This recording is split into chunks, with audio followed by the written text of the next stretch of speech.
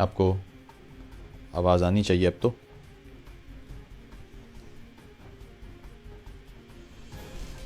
چل جائیے میں ذرا دیکھ لوں کہ میری آواز ٹھیک پہنچ رہی ہے آپ تک یا نہیں پہنچ رہی ہے. اگر آپ کو آواز ٹھیک آ رہی ہے تو مجھے ذرا بتا دیں, اور پھر تاکہ پھر ہم جو ہمارا آج کا سلسلہ ہم اس کو آگے بڑھا سکیں, اور ہم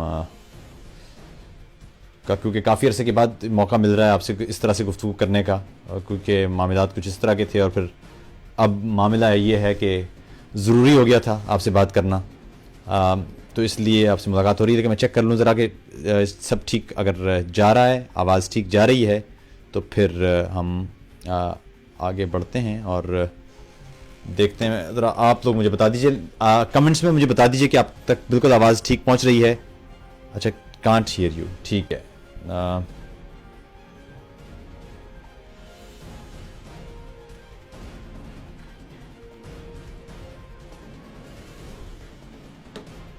ٹھیک ہے,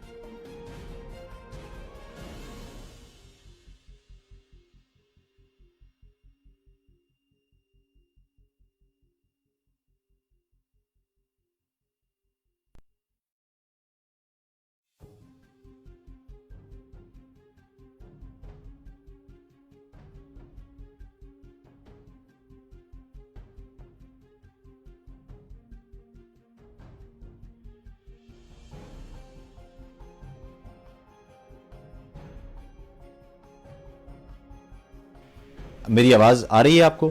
میں ایک سیکنڈ چیک کر لوں ابھی کیا میری آواز پہنچ رہی ہے آپ لوگوں تک. ایک سیکنڈ ٹھہریے.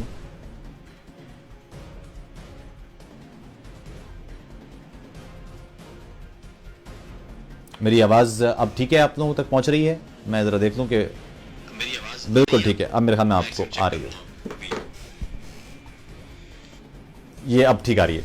تو کہتے ہیں معذرت چاہتا ہوں, یہ ظاہر ہے میں شاعر ہوں, میں لکھاری ہوں, میں مصنف ہوں, یہ بہت زیادہ ٹیکنیکلٹیز مجھے نہیں آتی, لیکن آپ سے گفتگو کرنا بہت ضروری تھا. اور وہ ضروری اس لیے تھا کہ میں پچھلے کافی دنوں سے دیکھ رہا تھا مسلسل پاکستان کے میڈیا پر ایک طوفان بدتمیزی مچا ہوا ہے. دنیا میں جو مثالیں کہیں نہیں نظر آتی وہ ہمارے ہاں بڑی عمومی رویے کے طور پر دکھائی دیتی ہیں. مختلف چینلز کے مختلف اینکرز وہ نفرت انگیزی کو اس طرح سے ہوا دے رہے تھے یا دیتے دکھائی دے رہے تھے کہ بہت سے افراد ان کی زندگیاں خطرے میں اس سے پڑتی جا رہی تھیں. نفرت کا یہ سلسلہ ظاہر ہے, نفرت کا کوئی کیونکہ انت نہیں ہوتا, تو اس لیے ضروری تھا کہ اس پر بات کی جائے. اور چونکہ ابھی میں جب اس پروگرام کے لیے آ رہا تھا اور آپ سے میں نے کہا بھی کہ جتنے بھی لوگ ہیں جہاں جہاں میری آواز پہنچ رہی ہے وہ جو افراد انفرادی طور پر اسے دیکھ رہے ہیں اس پروگرام کو وہ انفرادی طور پر اسے آگے پہنچا دیں, اور جو ایسے افراد جن کے پاس پیجز ہیں وہ اپنے اپنے پیجز پر اس ویڈیو کو پہنچا دیں تاکہ ہماری بات بہت سے لوگوں تک پہنچ سکے جن لوگوں تک عموماً ہماری آواز نہیں پہنچ سکتی ہے. اچھا آواز خراب ہے؟ نہیں میرے خیال میں اب آواز ٹھیک ہے. تو میرے خیال میں آواز آنی چاہیے آپ کو, مجھے جب یہاں سنائی دے رہی ہے. میں پھر چیک کر لیتا ہوں. بالکل ٹھیک ہے, میرے آپ لوگوں کو آنی چاہیے آواز. تو جتنے بھی لوگ ہیں جن تک یہ جو جن کے پاس پیجز ہیں وہ اپنے پیجز کے ذریعے, اور جن کے پاس ان کی اپنی صرف ان کی اپنی پروفائلز ہیں وہ ان پروفائلز پر اس پروگرام کو شیئر کر دیں گے, تو اس سے فائدہ یہ ہو جائے گا کہ بہت سارے لوگوں تک ہماری بات پہنچ جائے گی. اور یہ بات ضروری بھی ہے. میں بہت دن سے میرے پاس بالکل وقت نہیں تھا متبادل میں آپ سے ملاقات کرنے کا, لیکن اب چونکہ بہت ضروری ہو گیا تھا تو یہ ملاقات آپ سے ہو رہی تھی, اور اب بہت وقفوں کے بعد ایک دفعہ پھر ہو رہی ہے. بات یہ ہے پاکستان میں ایک خاص ٹرینڈ ہے, وہ یہ ہے کہ آپ خود کو بنا کر پیش کرتے ہیں. پاکستان میں پچھلے کچھ دنوں سے ایک صاحب ہیں جو پہلے تو مختلف چینلز پر کام کرتے رہے, مگر آج کل وہ خود اپنے پروگرام میں یہ کہتے پھرتے ہیں کہ وہ پاکستان کے سب سے بڑے جو میڈیا نیٹ ورک ہے, ٹیلی ویژن ہے, اور اس کے سب سے بڑے پروگرام, اور خود کو وہ سب سے بڑا میزبان قرار دے دیتے ہیں, محترم عامر لیاقت صاحب. اور آج ان پر تھوڑے سے میں بات کروں گا کیونکہ ان کی وجہ سے, ان کے بیانات کی وجہ سے کئی احباب ہیں, کئی دوست ہیں, ان کی زندگیوں پر سوالات اٹھ رہے ہیں, ان کی زندگیاں خطرے میں پڑ گئی ہیں, اور ساتھ ہی ساتھ معاشرے میں ایک بے انتہا بھیانک روایت پڑ گئی ہے. اور وہ میں آپ کو بتاؤں گا کہ وہ بات کیا ہے اور وہ کیوں مجھے متبادل میں اس پر بات کرنا پڑ رہی ہے. دوسری بات, متبادل میں اب تک میری خواہش رہی, کوشش رہی, اب سے جتنی بھی آپ سے اب تک ملاقاتیں رہیں اس میں کوشش یہی رہی کہ ہم علمی اور ادبی انداز سے گفتگو کریں, مدلل انداز سے بات چیت کریں, مختلف مسائل پر کھل کے بات کریں, لیکن ہمارا رویہ اور ہمارے دلائل وہ علمی رہیں. اس پروگرام میں بھی ایسا ہی ہونا ہے, لیکن چونکہ عامر لیاقت کے حوالے سے پروگرام ہو رہا ہے اور ان کے کچھ کلپس مجھے چلانا ہے, تو یہ گو کہ میں نے کوشش کی ہے کہ ان کے کلپس چلاتے ہوئے میں بڑا احتیاط کروں, کیونکہ بہت سارے خاندان ہیں جو دیکھ رہے ہیں, میرے اپنے گھر کے لوگ بھی یقیناً اس میں شامل ہوں گے جو دیکھ رہے ہوں گے, اور عامر لیاقت صاحب کی کئی ایسی ویڈیوز ہیں جو ظاہر ہے آپ نہیں دیکھ سکتے. وہ خیر ابھی ہم اس پر بھی بات کرتے ہیں. تو اس لیے میں جب بھی یہ بہت سارے دوستوں سے میں بات کر رہا تھا کہ عامر لیاقت پر بات کی جانی چاہیے اور ایسی زبانیں ان کو ان کے بیانیے کا رد ضرور پیش کرنا چاہیے تاکہ انہیں معلوم ہو کہ وہ شتر بے مہار نہیں ہیں, یا وہ اپنی چرب زبانی کی وجہ سے جھوٹ بیچ نہیں سکتے, بلکہ ان کے سامنے سچ کی دیواریں آن کھڑی ہوں گی اور وہ ان سے سوال کریں گی. اور وہ اس پہ بھی میں بات کروں گا کہ عامر لیاقت سے اس حوالے سے میری بات ہوئی تو وہ بھی آپ کے سامنے میں پیش کر دوں گا کہ وہ کتنے بہادر ہیں یا کتنے جرت مند ہیں جس طرح وہ ٹیلی ویژن پر بیٹھ کے بات کرتے رہتے ہیں کہ وہ شاید کوئی بہت ہی جرت مند آدمی ہے. وہ بھی آپ دیکھیے گا, میں آڈیو کلپ بھی آپ کی نظر کر دوں گا ان سے گفتگو کا. بنیادی طور پر اس پروگرام کی ایک بنیادی وجہ یہ بھی ہے کہ ہماری قوم کی جو لانگ ٹرم میموری ہے, جو یادداشت ہے, وہ ذرا مضبوط نہیں ہے. ہمارے ہاں کوئی حادثہ, کوئی سانحہ, کوئی واقعہ یا کوئی المیہ پیش آتا ہے, چند روز تک بڑی شدت سے اس پر بات کی جاتی ہے, بڑے بڑے دعوے کیے جاتے ہیں, بڑے بیانات دیے جاتے ہیں, خون کھولنے والی باتیں کی جاتی ہیں, اور اس کے بعد چند دن گزرتے نہیں اور پھر پوری کی پوری قوم اس پورے سانحے کو, اس پورے واقعے کو, اس پورے المیہ کو یکسر بھلا دیتی ہے. وہی نیریٹیوز, وہی بیانیے, وہی گھسے پٹے جملے وہ دوبارہ سے ہمیں سننے کو اور دیکھنے کو ملتے ہیں, اور وہی پرانی صورتیں جو کبھی ایک جگہ, کبھی دوسری جگہ, کبھی تیسری جگہ اپنی وفاداریاں, اپنے جملے, اپنے اعتقادات, اپنے نظریات اور بیانات بیچتی چلی جاتی ہیں. وہ پھر ویسے ہی پورے جوش و جذبے کے ساتھ وہ ٹیلی ویژن پر آ کر اپنے چہرے دکھانے لگ جاتی ہیں اور قوم کے سوچ تبدیل کرنے کی کوشش کرتی ہیں, جس کے لیے میرے خیال میں ہم سب کو سوچنا چاہیے. اور یہ پروگرام آپ کی اس یادداشت کو دوبارہ سے دہرانے کی ایک کوشش ہے یا خواہش ہے, جس کے تحت یہ میری خواہش ہوگی اور کوشش ہوگی کہ جتنے بھی جو اہل ذوق ہیں وہ ظاہر ہے ان تک یہ یادداشت پہنچے کہ کون کون سے لوگ ہیں اور کس کس انداز سے وہ کیا کیا کہتے رہے ہیں. میں پھر عرض کر دوں, جتنے بھی احباب ہیں, ظاہر ہے ہم یہ میرے پیج پر, میں اپنے پیج پر اپنی سی ایک کوشش کر رہا ہوں, اور میں نے اس بات پر بھی کہا, خیر میرے لیے یہ بات اہم نہیں ہوتی نہ ہے کہ کتنے لوگ مجھے دیکھیں گے اور کتنے لوگوں تک یہ بات پہنچے گی. اس سے زیادہ اہم یہ ہے کہ شکوائے ظلمت شب سے تو کہیں بہتر تھا اپنے حصے کی کوئی شمع جلاتے جاتے. تو اپنے حصے کی شمع جلنا ضروری ہے, اور وہ شمع جلائی جا رہی ہے, اور وہ میرے خیال میں جتنے بھی لوگ ہیں وہ اگر اپنے اپنے حصے کی شمع جلاتے ہوئے سے آگے بھیج دیں گے اس پروگرام کو, تو میرے خیال میں کئی شمعیں جل جائیں گی اور کئی لوگوں تک ہماری بات پہنچ جائے گی. اور اس سے بھی زیادہ اہم بات یہ ہے کہ یہ پروگرام اب میرے پیج پر رہے گا, اور جس کو بہت دن تک بعد میں لوگ سنتے رہیں گے. کم سے کم میری طرف سے یہ اس بیانیے کا جو اب تک پیش کیا جا رہا ہے پاکستانی میڈیا پر, اس کا رد آپ کے سامنے ہوگا. پہلی بات تو یہ ہے, عامر لیاقت صاحب کے حوالے سے میں دو تین چیزیں عرض کر دوں آپ سے.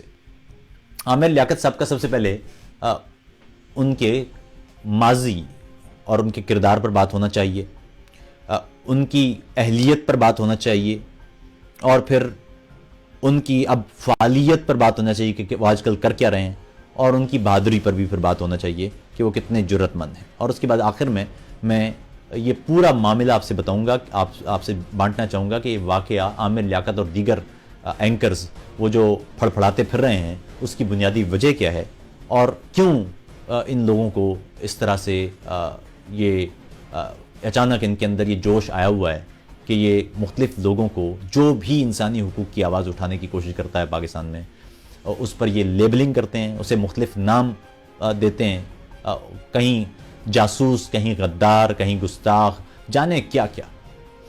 اور یہ ایک طرف حب الوطنی کی اسناد پیش کرنا شروع کر دی ہیں. ان کی اپنی جو اسناد ان کی عامر لیاقت صاحب کی اپنی, ان پر کافی شکوک و شبہات ہیں, وہ اب خود یہ اسناد پیش کر رہے ہیں. اور دوسری طرف وہ ان کے اعتقادات کے بارے میں جانے کیسی کیسی باتیں ہیں, اور وہ اب اعتقاد کی اور ایمان کی بھی اسناد پیش کر رہے ہیں. اس لیے ضروری ہے کہ ان کے پہلے کچھ چیزیں ہیں ان کا, میں پہلے تو میں ایک چاہوں گا کہ ان کے کچھ ان کے کلپس میں شیئر کرنا چاہوں گا آپ سے. یہ جو ابھی آپ کے کلپ دیکھ رہے ہیں یہ میرے ساتھ ساتھ آپ کو نظر آ رہا ہوگا. یہ کلپ ظاہر ہے آپ تمام نے دیکھا, اور مجھے اس کے لیے خصوصاً اس کی آواز بند کرنا پڑی ہے, اس لیے کہ یہاں پر بہت سارے احباب ہیں جو ظاہر ہے وہ پہلے دیکھ چکے ہوں گے اور بھول بھلا بھی گئے ہوں گے, کیونکہ پاکستان میں لوگ بھول جاتے ہیں. یہ اس کے بعد ان کی بہت ساری دوسری چیزیں ہیں جن پر میں بات کروں گا. اور ابھی میں ایک دوست سے بات کر رہا تھا تو انہوں نے کہا کہ عامر لیاقت صاحب نے تو ایک دو پروگرامز میں یہ کہہ دیا کہ وہ اپنے ماضی پر شرمندہ ہیں. اور یہ اللہ بات تبارک و اہم ہے تعالیٰ کہ آپ کی مشیت یقیناً اگر آپ غلط کام کریں تو اپنے ماضی پر شرمندہ ہوں، لیکن پھر آپ کا حال اور مستقبل یہ بتانا چاہیے یا دکھائی دینا چاہیے کہ آپ اپنے اس ماضی پر واقعی شرمندہ تھے، عزت والا مسئلہ کیونکہ اگر آپ کا حال اور مستقبل آپ کے ماضی سے زیادہ قریب ہوگا، زیادہ بدنما ہوگا، تو پھر آپ کی اس معذرت کو بھی لوگ نہ سنجیدہ لیں گے، نہ اس کی کوئی وقت رہے گی۔ مجھے مت رکھو، یہ میرے کو بات کیمرہ اہم مت ہے۔ رکھو یار۔ اب یہ محترم ان کی یہ پہلے ویڈیو، سب سے پہلے یہ ویڈیو ان کی سامنے آئی تھی اور اس پر یقیناً ظاہر ہے بڑی لے دے ہوئی، بہت بات چیت ہوئی، بہت لوگوں نے اس پر بات کی اور تمام لوگوں نے اس کے بارے میں جانے کیا کیا کہا، اور انہوں نے ابتدا میں پوری قوم سے جھوٹ بولا اور جھوٹ بولتے ہوئے انہوں نے کہا کہ یہ تمام جو ویڈیو تھی یہ اصل میں تھی ہی نہیں، لوگوں نے یہ ویڈیو بنا دی۔ ظاہر ہے یہ ایسے موقع پر کسی شخص کا، کسی کھسیانی بلے کا یہ ظاہر ہے ایک رد عمل تو ہو سکتا ہے، لیکن جو لوگ بھی ویڈیو ایڈیٹنگ سے واقف ہیں، یہ جو بھی ویڈیو کا کام کرتے ہیں، انہیں معلوم ہے کہ اس ویڈیو میں نہ آڈیو فورج ہوئی ہوئی ہے، نہ اس کی ویڈیو میں کوئی کسی بھی طرح کا کوئی کسی طرح کا بھی کوئی میک اپ ہے۔ یہ اوریجنل حالت میں بھیج دی گئی تھی اور اس کی وجوہات عامر لیاقت کو خود بتا دینی چاہیے تھی اگر وہ سچے آدمی تھے تو، لیکن وہ نہیں بتائیں انہوں نے، وہ بتائیں گے نہیں کیونکہ وہ اس طرح سے سچے آدمی نہیں ہیں، ان کا بیانیہ ہمیشہ سے جھوٹ پر ہی مبنی رہا ہے۔ اس کے بعد ان کی جو دیگر ان کے خیر معاملات ہیں وہ میں اس پر مزید نہیں بات کرنا چاہتا، اور ورنہ تو ظاہر ہے انٹرنیٹ بھرا ہوا ہے ان کے کلپس سے، لیکن اہم بات یہ ہے کہ ٹی وی پر بیٹھ کر اسلام اور مذہب پر اور حب الوطنی پر اور بین الاقوامی تعلقات پر اور سیاست پر اور ISI پر اور فوج پر اور را پر اور جانے کہاں کہاں ایک شخص جو بات کر رہا ہے پاکستان میں اور ٹی وی پر، لیکن حالت یہ ہے کہ جس بندے کی اپنی تمام ڈگریاں وہ جعلی، بیچلر بھی جعلی، ماسٹرز بھی جعلی اور PhD بھی جعلی، اور یہ جعلی صرف جعلی نہیں بلکہ ثابت شدہ جعلی، یعنی جامعہ کراچی کی طرف سے بھی ثابت شدہ جعلی اور ہائر ایجوکیشن کمیشن کی طرف سے بھی ثابت شدہ جعلی، یعنی جس شخص کی بنیادی تعلیم آپ کے سامنے ہے کہ وہ کیا تعلیم ہوگی، وہ شخص بیٹھ کر پوری قوم کو لیکچر دے رہا ہوتا ہے۔ اچھا، مزے کی بات یہ ہے کہ یہاں پر میں ضرور ایک چھوٹا سا کلپ آپ سے بانٹنا چاہوں گا، یہ ضروری ہے آپ تک پہنچنا، کہ یہ دوسروں کو گستاخ رسول اور گستاخ مذہب اور جانے کیا کیا کہنے والے ان کے مذہبی ذرا بیانات وہ دیکھ لیجئے۔ یہاں پر یہ سب سے پہلے آپ کے یہ سامنے میں یہ پیش ہوتا ہے، یہ مسجد نبوی کے بارے میں بات کر رہے ہیں، یہ ذرا سنیے گا۔ مسجد نبوی کے بارے میں کسی مسلمان کا کیا ایمان ہو سکتا ہے؟ تمام ایمان رکھنے والے ظاہر ہے مسجد نبوی کو دوسرا حرم سمجھتے ہیں، حرم کعبہ کے بعد حرم نبوی صلی اللہ علیہ وسلم ہے۔ اس کے بارے میں محترم جناب عامر لیاقت صاحب یہ فرماتے کیا ہیں، ذرا یہ سنیے۔ ارے بھائی، ہم نے غلطی